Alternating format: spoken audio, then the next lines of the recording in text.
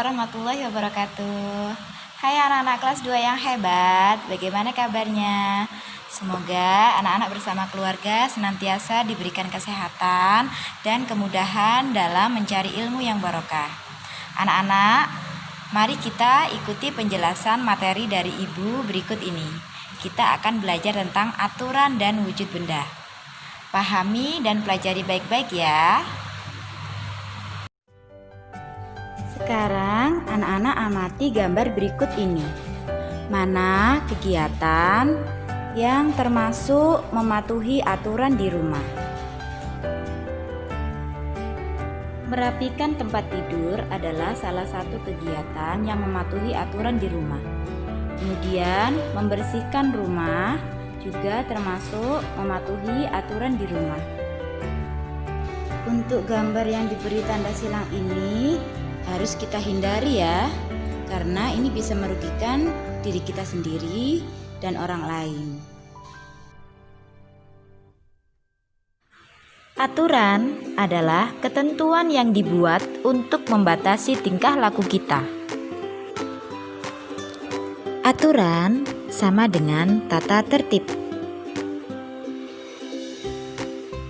Aturan dibuat untuk menciptakan suasana yang tertib. Jika kita melanggar aturan, maka kita bisa mendapatkan sanksi atau hukuman karena perbuatan kita sendiri.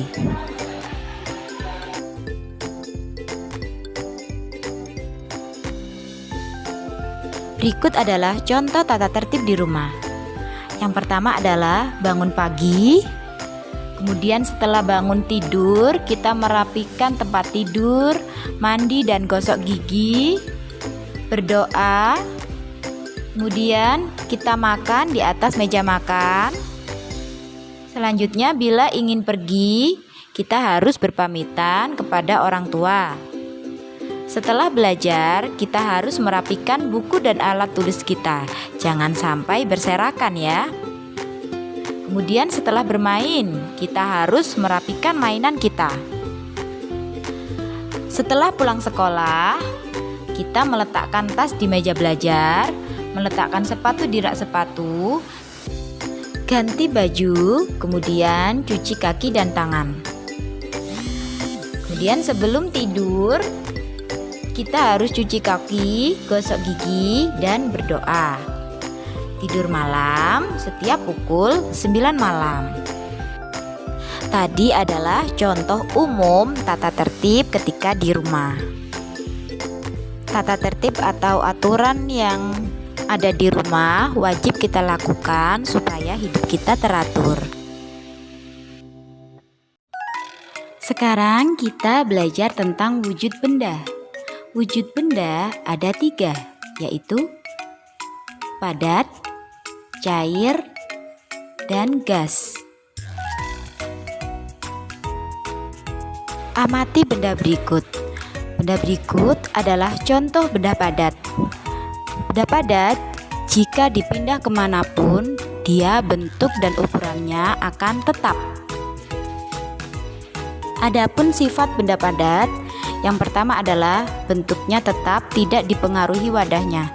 Jadi benda tersebut walaupun diletakkan di atas meja, diletakkan di dalam tas, bentuk dan ukurannya akan tetap tidak berubah.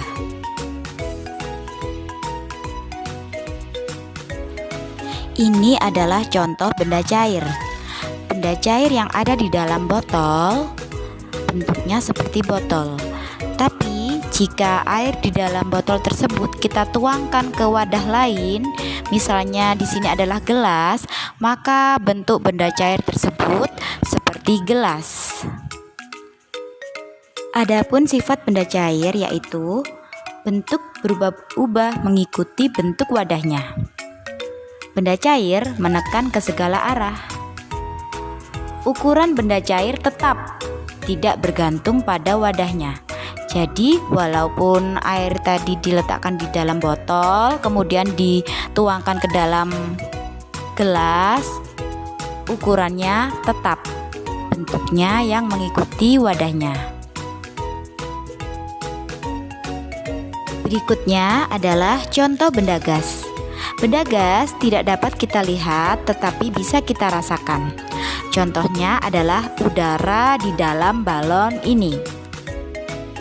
Adapun sifat benda gas yaitu bentuk dan ukuran gas tidak tetap.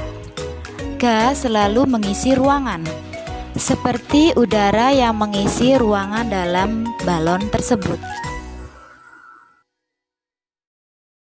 Tadi adalah penjelasan dari Ibu.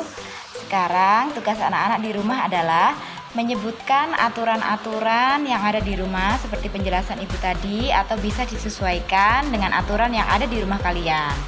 Kemudian yang kedua adalah menyebutkan sifat-sifat benda padat, sifat-sifat benda cair, dan sifat-sifat benda gas. Selamat mengerjakan, selamat belajar, semangat, sukses. Manjada wajada. Barang siapa yang bersungguh-sungguh, maka dialah yang berhasil. Wassalamualaikum warahmatullahi wabarakatuh.